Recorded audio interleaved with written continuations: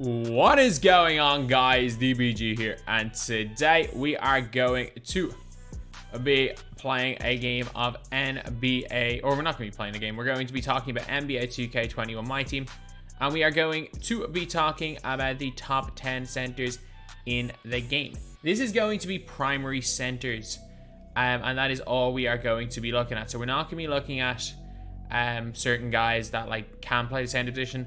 Although I don't see why you would use a non-primary center at centers, considering how many ridiculously good primary centers there are in this game. It is the most stacked position there is. It is the most stacked position. There are so many insanely good cards that didn't make it. So let's talk about some honorable mentions. I'm not even going to say George Mike is not even an honorable mention. Like, that is how highly I rate this position. So like, my honorable mentions would be Kareem. Kareem's in the honorable mentions of our top 10, and you'll see why. Like, he is relatively close, but he didn't quite make it. Obviously, Karl Malone is not Kareem level. Then there's Bam Adebayo. Like, just like Kendrick Perkins does, I will also add an extra syllable to Bam's name. Other guys we've got that didn't quite make it were Joel Embiid, who's really good. David Robinson didn't quite make it. And then looking at the lower, like Dirk didn't make it.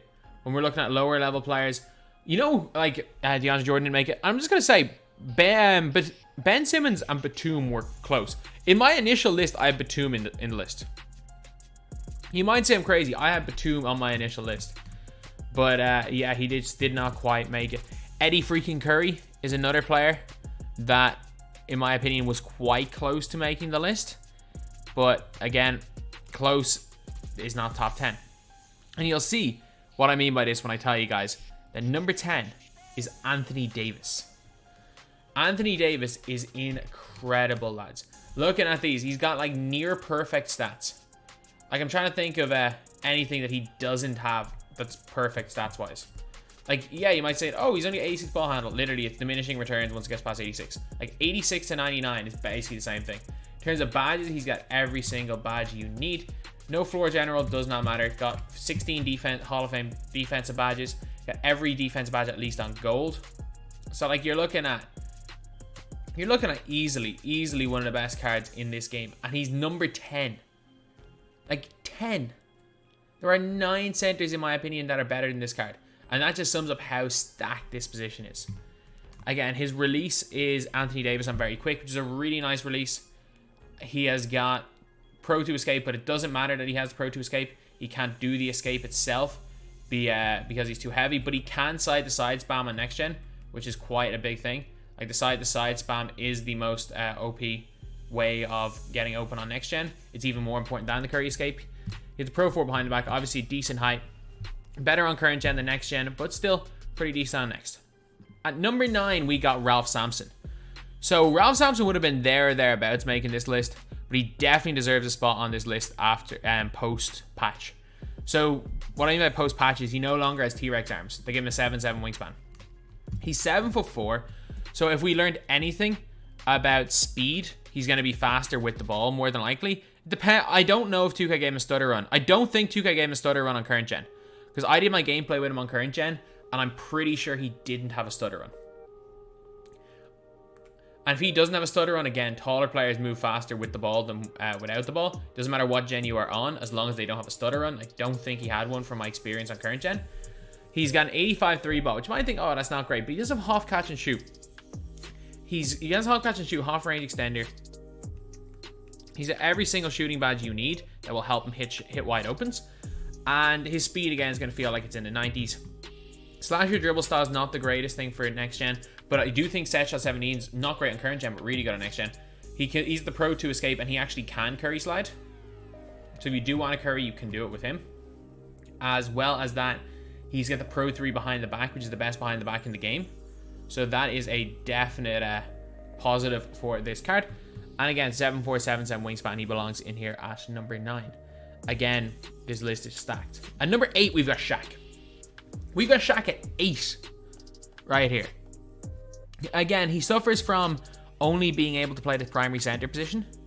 Like, not having a secondary position is not the most ideal thing in the world, because there's a lot of these guys you can run them together, and a lot of these guys you kind of want to run a power forward.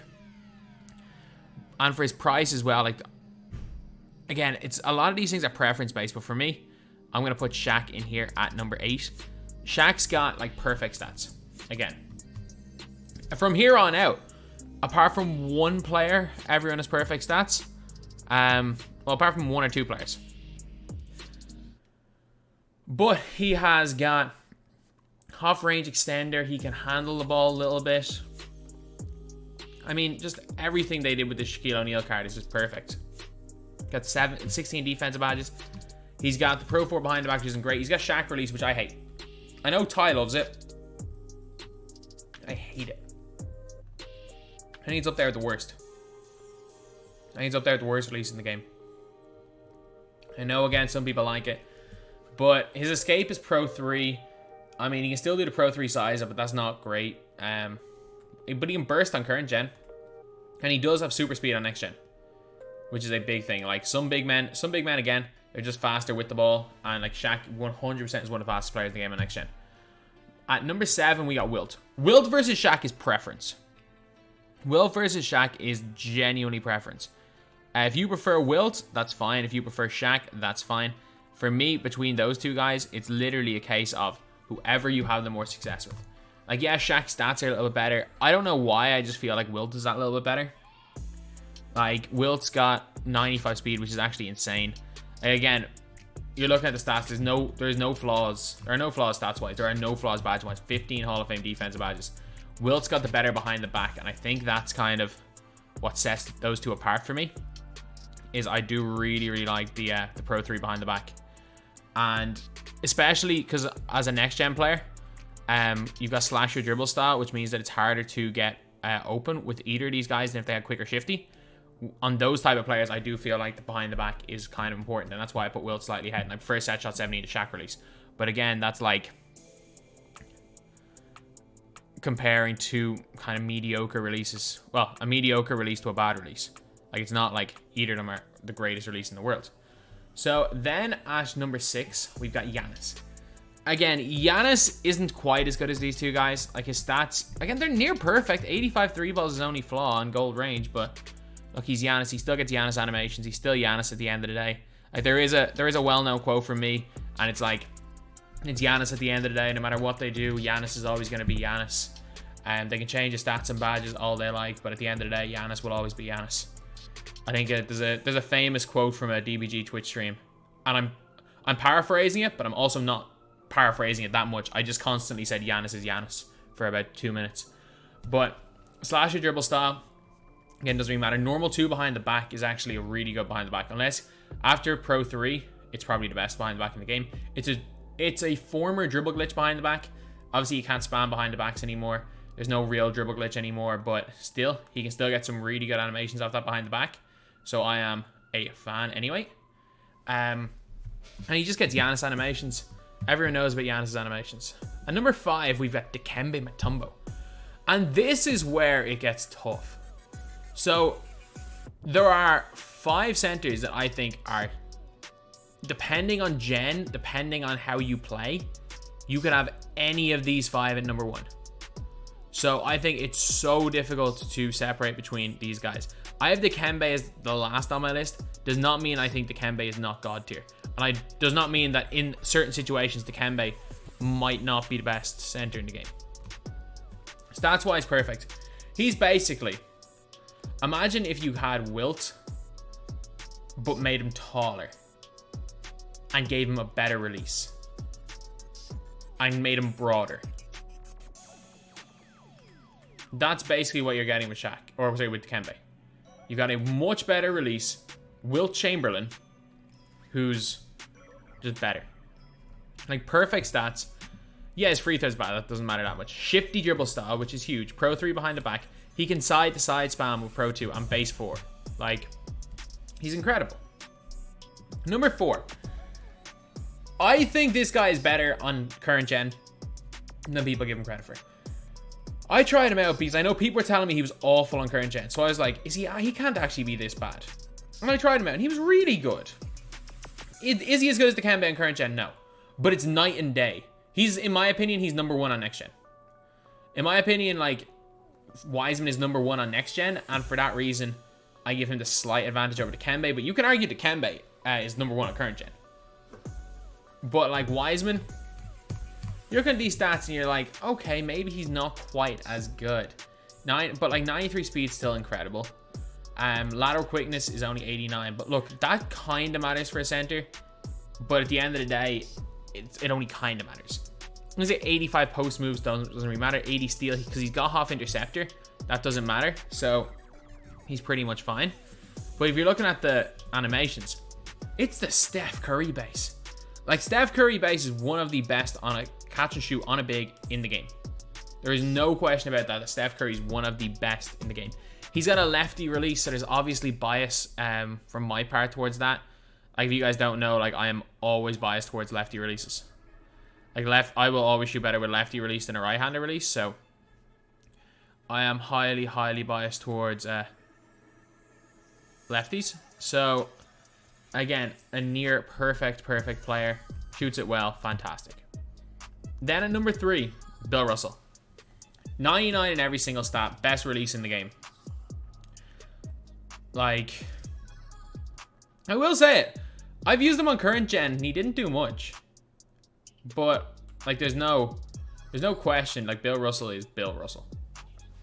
Like he's got 99 every stat. He's the best of the all the invincible cards. It's not even close. You can argue him at number 1. In my initial draft of this list, I had him at number 1. Ray Allen base, Curry slide, pro 1 behind the back. Quick dribble style. Like, the gap between Dikembe at 5 and the guy I have at number 1 is preference. I think the gap between Giannis / Shaq / Wilt and Dikembe is bigger than the gap between Dikembe and number 1. And number 2, I got Bol Bol. He's just different, man.